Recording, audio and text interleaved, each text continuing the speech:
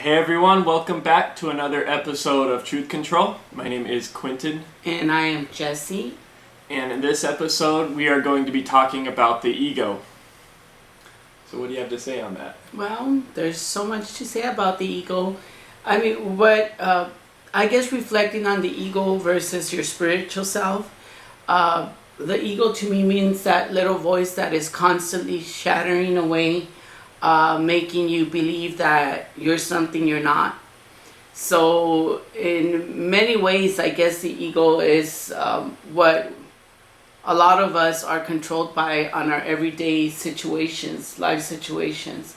Um, it's just, it's So you're distinguishing between our spiritual selves and then the ego? well, yeah, because Would I you- think that there's when you put it into perspective, there's like two selves. There's the self and the other. And the self could mean your spiritual self, and the other is basically the ego. And Is the ego more your like physical self, or yes, would you I, put it that I, I way? totally believe that the physical is the ego is your So- physical self. So like the ego is more connected to the body, and it's more like instinctual kind of. Well, not so much instinctual, because when you go by instinct, when you go by your true self, like when you get a gut instinct and you feel it, I mean, it's still part of the physical, but in a way, it's like the soul connecting to you, telling you, okay, this situation is not right. Like, let's say Right. sometimes you meet up with a person that for some whatever reason, that person gives you this gut instinct, and you know it from the beginning. And I think at that point it's your soul kind of letting you know, I guess, that you're about to learn something big and maybe you shouldn't trust this person. But then your egotistical self will reflect on it, and it's like, oh, I gotta give everybody a chance. You know, especially when you're on a spiritual journey, you'll be caught up in that, oh, well, but if I'm being spiritual, everybody should have a second chance, should get a chance, and me judging him, oh, I shouldn't be judging this person. But your true self, your spirit, will really never actually lie to you. Your ego is, I think you could say, full of lies. Yeah. So if you're getting like kind of a gut instinct on something, that's not as much your ego. That's like more your spirit kind of telling you. Yeah, kind of like a warning sign, I guess you could say. A warning sign saying, like, there's something not right here. What's kind of the source of the ego, or like where does the ego get its kind of method for decision making? Well, I think that the ego, I mean, we're born with it to be able to distinguish things. But I think that from the beginning, when we're sent, well, when we come to this place called Earth, I think that what ends up happening is that all our circumstances that surround us places in ego situations. You know, like, I guess, I don't want to say like, depending on your culture and so forth, but it kind of like is very demeaning. The ego is very like, not, I don't know how to put it into words, but it's like that part of you that, I guess you could say, the negative part of you that is always looking But at it's the not bad. always negative, is it? Well, it's not always negative, but it keeps you in that duality space Yeah. where you're always thinking everything is either right or wrong. Yeah. That You makes know, sense. and not letting you see that everything is a lesson in itself, and that everybody is a teacher that you encounter in life. Yeah. You know, it's like it kind of like keeps you in a duality where you always have to see things as good or bad. And you reach a level, and well, I mean, at least I think I have reached the level in my life where you realize that there's no such thing as duality. Like, let's say, for example, water. Yeah, the temperature can change in water, but it's still the same water. You know, it's like there's this little saying about the drop of water that thought that it was just, you know, oh, I'm a drop of water. You know, I'm like a drop of water, thinking, you know, that it was like by itself, and its life was all about being a drop of water.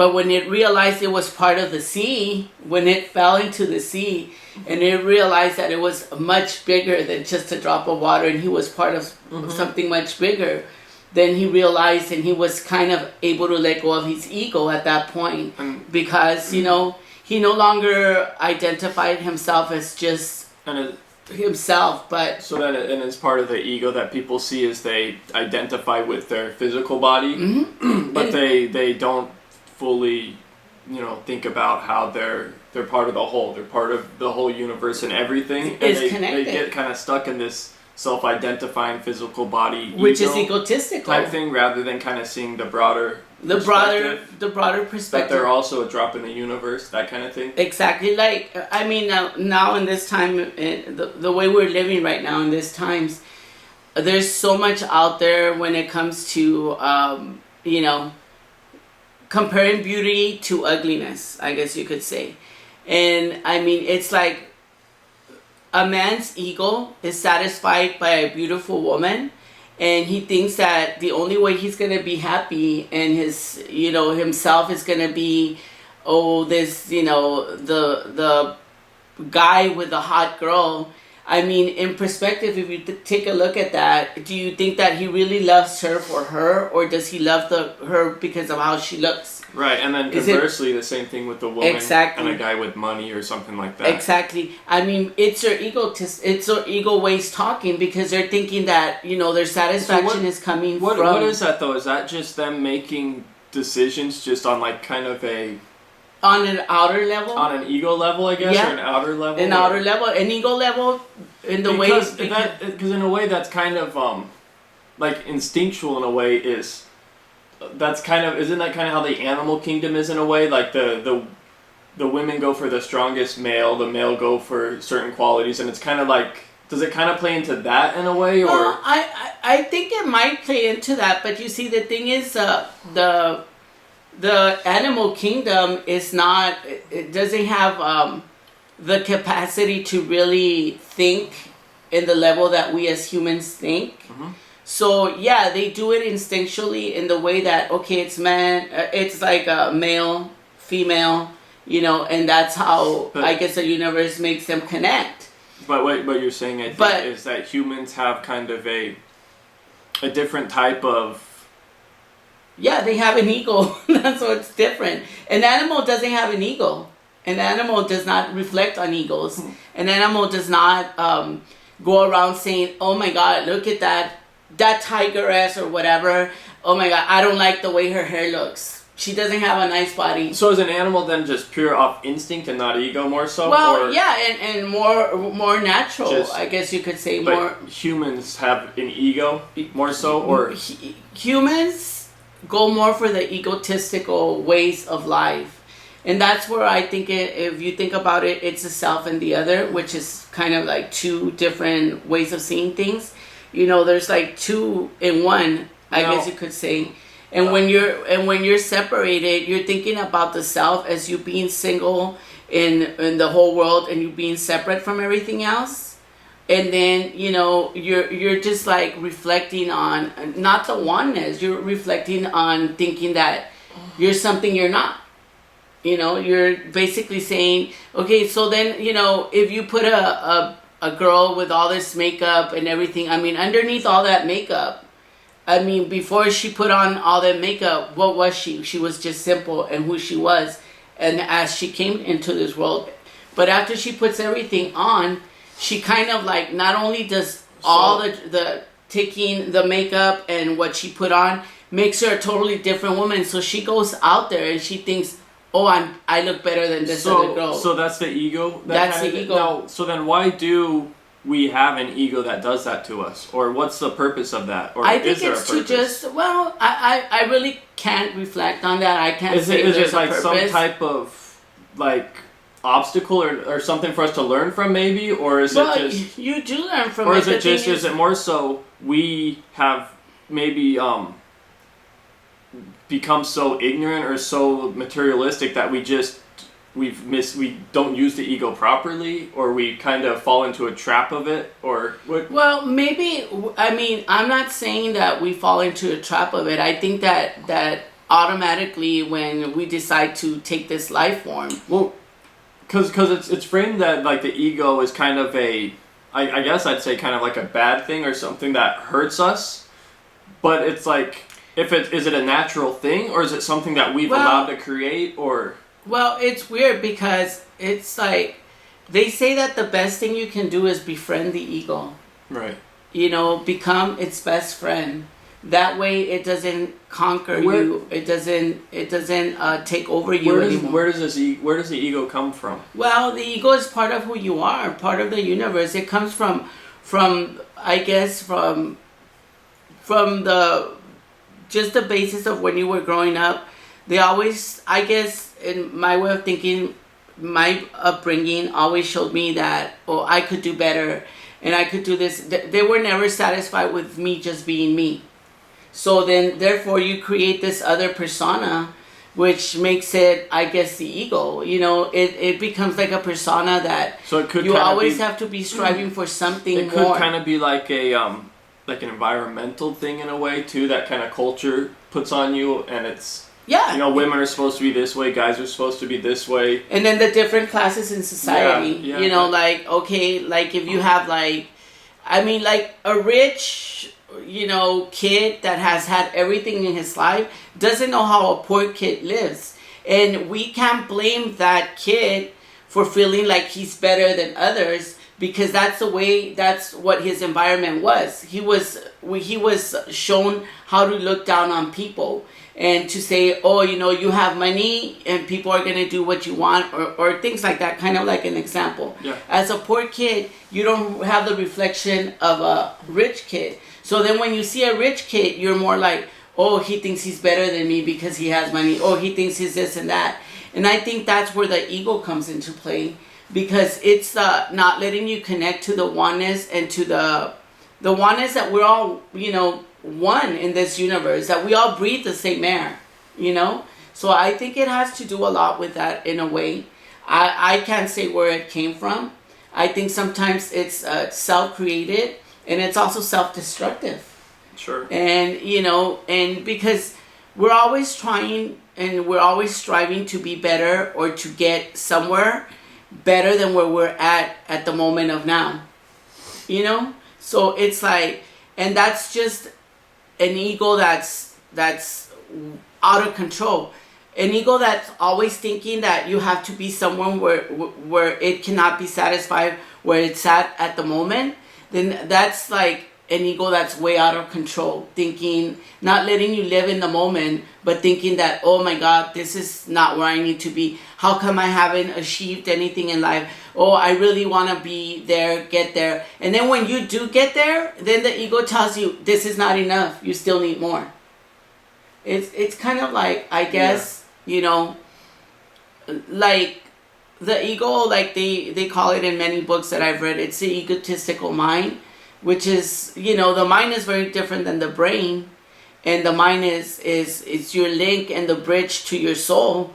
But it also comes down to what decisions you make and what you do. Because you have a choice every time. And you have the choice of being at peace with yourself. Or you have a choice to run around with a bad crowd, get a hold of the ego and just run along with its ways. And hang out with it and let it, because the ego will, when you're feeling down, when you think you've done something real bad and you've done something wrong, the ego will keep you there and say, yeah, you did. What you did was wrong. It will not comfort you. It will not tell you, it's okay. This was a lesson, blah, blah, blah. No, the ego will never do that. The ego is always going to reflect on the bad that you did and feed you more of that fire. So that why is that? Can't you use the ego in a positive way? Yeah, you can use the ego, but I think that when you're using the ego in a positive way and you befriend it, then that friend, the part of the ego, helps you cross the bridge of the mind and helps you understand things a little bit differently than what you're used to. It kind of like that. That's why they say a lot. The Buddhists say it. They say you should become best friends with your ego. Right. So that you can cross that bridge and you can be like, okay, at the point where, like the power of now, where you just don't let anything affect you in the way that, that it used to affect you. You know, like when somebody does something to irritate you, I mean, is it really you that's irritated, or is it something that's controlling you? And you know, and right now you're falling asleep. No, I'm Thanks. listening. When the ego, you know, like a lot of like guys are egotistical in that they want to achieve or something like that, or like maybe it's kind of like a competitive nature, and it's like, you know, the ego does kind of drive them to do that type of thing, and is that? I don't think it's ego though. It's passion that drives them to do that. But I mean, they're like, I want these people to like think that I'm this or that, and that's kind of ego in a way. Well, right? yeah, that's egotistical. But when you're driving, not the main. when you're striving to do something better with your life and you want to get there and you want to do more, like in your case with your business, I mean, it's a passion you have for your business. It's you. It's what you came to create. It's not your ego that's driving you to do all the things that you want to do in life. It's when you're ego based, it's always going to be disappointing. When it's passion driven, you're always going to feel connected to it and feel like you're in the right path. When it's egotistical, you want to get somewhere to become better than others and to make a point of letting everybody else know that you're better than them and that you can do better things than them, and that, oh, look at me, I reached the top of the mountain, I'm better than you, you're down there. Isn't that what drives a lot of people though? Well, yeah, but I think that there's a difference. If you take a look at Ford, at Mr. Right. Ford, Right. I mean, he had a passion. He was told, all these other people told him that he would never amount to anything, But- that this and that, but he had a passion. He had, a passion in Yeah. himself. He didn't let the ego get in his way, because if he would have let the ego take over, he would have listened to, you're never going to get I anywhere, think- never make anything out of yourself. Yeah, I think he might be a little bit different, but I mean, there's a ton of guys like on Wall Street, for instance. All they care about is, for the most part, I think, money, and they want the money, I think, for egotistical type reasons. Well, I mean, most of them are, but can you... I think that probably drives them more than them thinking like, I'm investing in these companies and helping society or things like that. Maybe that's the main passion, but I think it's more so, I want money so that I can have, whatever, drugs, women.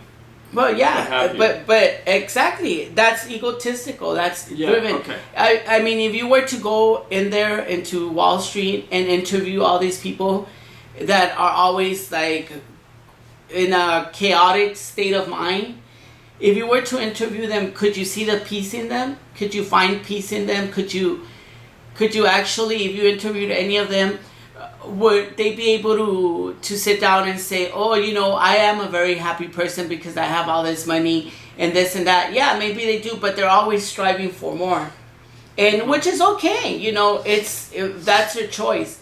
But what I'm trying to say is that ego is always gonna take you to a place of non-peace. It's never gonna let you be at peace with Right. yourself. Yeah, I it's agree. always gonna be ego driven, to the point where, like, if you let it drive you all over, it's always going to let you only look at the negative. Like the example you just said, a Wall Street person. He's never satisfied with what he gets. He wants more and more and more and more and more. Is he satisfying all his needs? I just recently read a story of this lady that was big on Wall Street. And she made, she became a millionaire and all this stuff. But then she writes how she never, because of all of that, her ego-driven ways, she never connected to her family. So Right. she never saw her kids grow up because they always had nannies. She never really spent time with her husband because they only had a Saturday evening for 2 hours. So what is it? Why is it then that the ego can control people so much? Is it just that they... Because you let they don't it. have the wisdom to override it, or to... Well, everybody has the wisdom. Because some people obviously are more controlled by the ego than others. Well, of course, but it's everybody has the wisdom. Everybody has everything. So why within then, them. or is it people just, they're choosing not to because why? Or Because that's their journey, I guess. I can't. 'Cause you I would can think answer. if- I mean, the well- bigger picture. If you think about it, the bigger picture is out there, Why- and there's more to it than Yeah, what yeah, we see. Sure. So when you have like a spiritual messenger type person, when they're going through life, they're not going to fall into these egotistical patterns all the time. As much as somebody else, I would because think. they start realizing, because they just, I guess you could say they snap out of it in a way, but because you start noticing the little things. Is it because they have more experience with it, or? Oh, not at all. Not at all, because we all have the same experience within ourselves. So why would somebody be more likely to follow the ego than others? You just said it's their journey. That's kind of. That's what they choose. They're taking on this life. I mean, at the same time, though, like, I mean, so at the same time, I guess I could say about my own situation, I've taken the time to want to see things differently. There's been many openings where I've fallen, and I decided to get back up, and decided to I guess, to confront myself, which would be the ego, and really say, why am I feeling this way if this is not who I feel I am? And, and it comes down to that. I mean, I can't answer for everybody. I can't say why, because we're all on this journey. I mean, even though we're oneness and we're together in the journey. Dude, does it go in cycles where it's like ego cycle? Well, like somebody, let's say like Jesus as a messenger, if he were to come back again on Earth, would he? He probably has come back. So would he be in egotistical type mode, or would he be less controlled by that than other people, or does it vary, or does it depend on his journey in that life, or? Yeah, it depends on his journey on that lifetime. It depends on what he's going through in this lifetime. It's like they say, life is a mystery. You're never gonna be able to figure out everything. Like the ego in itself, we're never gonna know why it was created or whatever. I mean, each of us has our own answers for what it is, and that's all we can touch on. I mean, like the way I see it is like there's so much. I mean, a perfect example would be that there's so many people out there that go out thinking, oh, I want to be Mr. Right and Mr. Right or Mrs. Right. And what they're looking at is the outside shell of how that person looks. How can that ever become love when what you fell in love with, according to you, is what's on the outside? I mean, falling in love means you get to know that person for their faults and for everything, not because of how they look.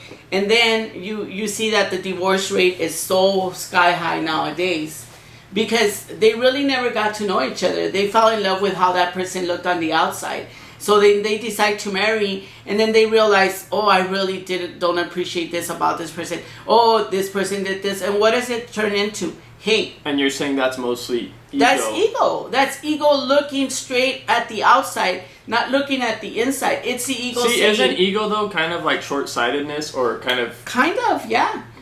Ego puts you in a duality state and doesn't let you see everything. It's very one-sided. At the same time, it's duality, but it's one-sided. It either makes you look at the good or it makes you look at the bad. Mm-hmm. But it doesn't necessarily make you look at a person as a whole. As a whole. And even though we're all separate in separate forms, at the same time, we're all part of the same universe. We're all breathing the same air. We're all connected with the same energy. And, and it's like subconsciously... or your higher conscience, or whatever it is. I mean, the ego is basically the mind being out of control. Because if you think about it, when you say that, the mind being out, it's kind of like the ego is just like a... It's always thinking, and whatever you pick and you let it grasp. Like a less experienced or developed mind in a way, no? Well, yeah, in a way it is that, but at the same time, if you think about it, let's say you have like 80,000 thoughts a day. And you're constantly thinking, okay, you know what serves you and what doesn't serve you. A lot of us, what we do, we grab on to the bad and not the good. We're thinking this is going to happen, or you like a girl might be thinking, my boyfriend is cheating on me. She gets that thought and she grabs onto it, and then that becomes her life for the rest of the day. Oh, I wonder if he's cheating. Oh, I wonder if he's doing this. Oh, I'm going to check his phone. I'm going to do this. I'm going to do... So at that point, the ego has already grabbed you and pulled you in. Of all the thoughts, what if a thought came as like her boyfriend, or, a beautiful thought about her boyfriend? What if she grabbed onto that thought instead of the bad one? But what we're so used to doing is grabbing onto the bad and not the good. You know, so that's where it keeps you in a duality stage, in a stage where it's basically just holding on to Why do we grab on the bad and not the good? Is it because we don't know better? Well, you see, the thing is that I don't want to say that we don't know better, because we all know better. Right, we do. I've told you this in many times. I don't believe in imperfection, because I believe everybody's perfect. You know, in my way of thinking, I think everybody is perfect in their own way. Sure. I mean, we were all created in the likeness of God. You know, we are gods. We are as God is. We're breathing the same thing. To me, God is not a form, an old man with a beard that's looking down on me and is gonna punish me. You know, I You're don't going believe. to hell. What? You're going to hell. But you know, if I go to hell, then you know, it's the own hell that I create in my mind. You know, it's the hell that I create with the ego. And, you know, that's what I think ego is. What do you think ego is? Frick. I don't know. You don't know? I don't know.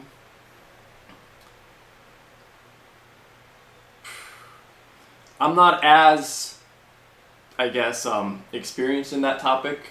I haven't read as much on it, but, I mean, a lot of what you're saying I agree with. So I would just say ego, to me, is more along the lines of, I don't know. Where do you think Jesus was at the point where he became the messenger that he became? Where do I think he was? What do you At mean? that point, I think what happened was that Jesus was able to tame his ego and become friends with his ego. Yeah, absolutely. And was just connected at the present moment on every single second. See, I think ego is kind of a side effect of the absence of wisdom. And it's like if we're not living kind of in tune or living wise, ego is going to fill kind of those voids, I think. You're right. And the thing about ego, though, that I've understood is that, you know, your ego is out of control when you're somewhere or someplace and you want to be somewhere else. Because the ego wants to keep you thinking that where you're at is not right, that you need more, and that, you know, you need to find something else and you need to do something more. It's just... It doesn't let you be at peace with yourself and to live at the present moment. Isn't it kind of more of like a survival type thing in a way? Or like... It is survival, but the thing is that, I mean, survival comes in many forms and shapes, you know? It's like, it can be survival of anything, you know? It's like, I mean, if you're talking about survival in this earthbound place, we don't know when you're gonna die. You know, we don't know about death. Right, but in the case of the ego keeps you thinking of death constantly. If somebody's like, you know, comes into your house with a gun, I mean, the ego's gonna kick in, right? Or no? Your instinctual defense mechanism is gonna kick in. That's gonna react. Okay, it's gonna react automatically. If you're a guy and a hot woman walks into your house, is the ego gonna kick in then, or is that different still? I mean, it all really depends. You're making points that you're putting different scenarios of different things. So then is the ego more associated kind of... Okay, so then the hot woman walks in, okay? Are you looking at her? Are you saying, oh, this woman, I bet you she's smart. And she's, oh my God, she's a smart woman. No, you're looking at her boobs, or you're looking at how pretty she is. You don't know where she's come from, what she's doing if you've never met her. Right. You don't know any of that. Is a lot of it seems like though a lot of the ego then plays into kind of what other people think about you. It's like it's not so much about yourself, it's about what others think and how they view you. Exactly. And that's so true. Like for instance, when you're getting ready for work, like in my case, you know, I'm always thinking about... Go ahead. Okay, so like with a guy, for instance, and like a hot woman, I think half of why a guy would want to be with a hot woman is just so other people are jealous or that kind of thing, right? I mean, which is the ego part, and it's like kind of for other people, not even as much themselves, because if those other people didn't exist, I don't think they would personally care as much. Right. they probably would go with somebody who's more suitable to them rather than just appearance or something like that. But since there are these other people, I do think that now they feel like they should impress or whatever. They try to, whatever that is. Well, to yeah, other they're people, 'cause the thinking, other people oh, when play I go into out it. with my friends, I'm gonna take my hot girlfriend, and all my friends are gonna be jealous of Yeah. me. And it's like, oh, because I have the hot So then, girlfriend. is ego somewhat associated with kind of, it kind of in a way has to do with other people, right? Or Well, I guess the simplest way to see things is that ego is associated with duality of good and bad. Period. You're always gonna see the good. Like if you see a good looking girl like that or whatever, you think it's good. You wanna make it good for you. You wanna date that girl because you wanna be seen as being with a good looking woman, and you wanna look good yourself in front of others.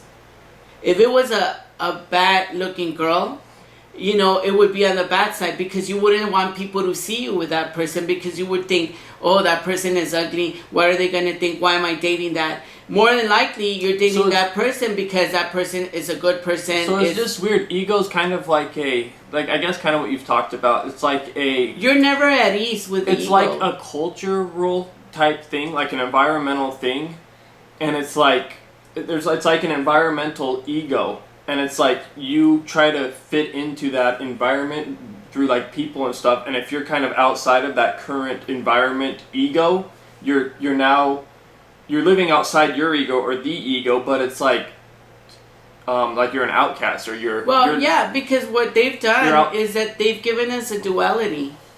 They've given us, if when you come to form in this lifetime, when you're born, you might say you still come with your past incarnations, and you still come with things embodied in your soul and your spirit, because it really has never died. But then you've taken on a new role, a new body, right? Which is here to experience new things in life. But you start up from the beginning in a way, and then through your culture environment, you start picking up on things, because you start picking up on oh, this is good or this is bad. Right. You shouldn't do this or you shouldn't do that. They put you in this area where they make you see things as being... So in a way, ego is kind of like software that you're formatted with through, people in your environment, basically. And then when you realize that it's a dysfunction, and that all this time... Because you can't be all the thoughts that you think you are. But then when you... I mean, if you have 80,000 thoughts in a day, or 60,000 thoughts in a day, you can't grasp possibly to every thought. If you were born into the world by yourself and you were the only person on the planet, would the ego play as much of a role as it does with other people? I can't answer that for you. How would I be able to answer that for you? You're already asking questions that are reflecting things that... I mean, life is a mystery. I don't think I could be born by myself. I was born. I created myself to come to this life. I chose the people I wanted to share it with. But if I was born by myself, it's like... Maybe if I was born in the wilderness and my mom died giving birth to me, and I start roaming around, I mean, I'm going to be affected by whatever's around me, It's going to be whatever situation I'm found in. But if I'm not given an ego, let's say I'm around animals and the animals decide to take care of me, and animals just go, with nature. Why don't animals have an ego? Or do they? They don't. I don't think they do. I think that, well, it's kind of funny, because I think some dogs do, but it also comes to play because of how they're brought up. Like when I see these shows on TV of rich women with their little dogs, and their little dogs have the same attitude as the owners. And again, it all comes down because of the environment the dog is in. What type of environment creates that? Because if dogs are in an environment on their own, are they not going to create that type of environment? Probably not. Where humans on their own do kind of create that environment? But probably, yeah, humans do, but probably not. Why? A dog would probably become more aggressive because he doesn't have the... Why do humans create that environment? I think it's something that each human has to ask themselves that question. I in particular, for me, I think it was just walls that I built on myself because I thought I could get somewhere or become something or being accepted or being liked, and I did it because of my environment around myself. It's kind of like short-sighted, or it's like ignorance again. Exactly. Kind of, yeah. But then you get to a point where you're like, okay, this is something that I never felt at ease with a lot of things. So I knew that, you know, and when you ask the universe, believe it or not, when you ask wholeheartedly from the heart, and when you ask for, and you're throwing out questions, you will get the answer in the form of a book, in the form of meeting someone that's going to lead you to another road. But the thing is, we don't take those little nudges that are all around us every day from everyday people that we meet and we encounter on a daily basis. If we were to realize that every single person is here being a teacher for us, and we're their students, and we're being teachers for them, if we took that and we really lived our life according to those rules, then how can the ego interfere when you're taking everything in and realizing that you're making something out of everything, and everything is just a lesson that's making you become a better you? You know? Mm-hmm. So how can the ego exist at that point? He can become your friend, and he can start nudging you, and he can start saying, yeah, what you're doing is right. But for some reason, the ego is always going to keep you in a negative stance. Always. It's never going to want to really befriend you. And it starts getting scared when you start not listening to it, and it starts becoming less and less. The ego starts to diminish itself. It will come and it will appear out of nowhere all of a sudden and attack you. But at the same time, when you're able to realize, okay, this is not the true me, this is not my truth, then you look very bored. I'm just listening. I'm thinking. You're thinking and you're uncomfortable. No, I'm just with your listening. With your body movements, I can tell you're uncomfortable. I'm always moving. Oh, please. I'm always moving. But I think this is a lesson we should. Yeah, give kind of your final thoughts on the ego.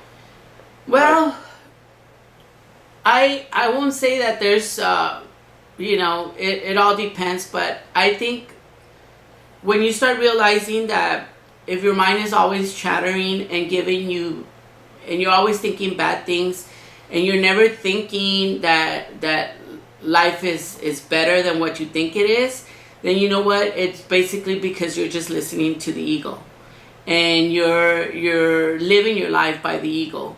Because I mean, we did come here, and we will experience different situations, and you can take them as good or bad. You know, you can live your life in the duality form, and listen to the ego, or you can listen to your true self and really know that everything's just an experience you're going through, and everything is able to be overcome.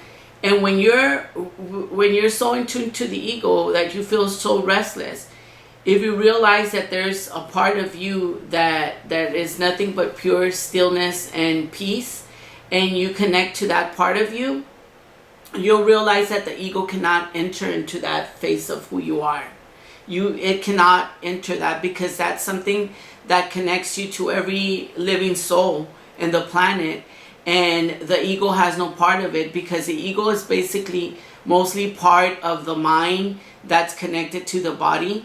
So think about it this way, you know, just like, remember, I mean, there's really no duality of good and bad. Everything's a situation that, whether we believe it or not, was part of your contract, your sacred contract, I guess you could say, with God, with the law, with the universe, you know, whatever you want to think of, however you want to think of it. But there's always that peace there that resides within you. And when you reside in that, even for just one moment, the ego cannot come in. That's one part of you that the ego just cannot take over. And the way what I would say is that we're all at different egotistical levels, I think, and as we experience and grow more and learn, we will basically outgrow a lot of those egotistical things.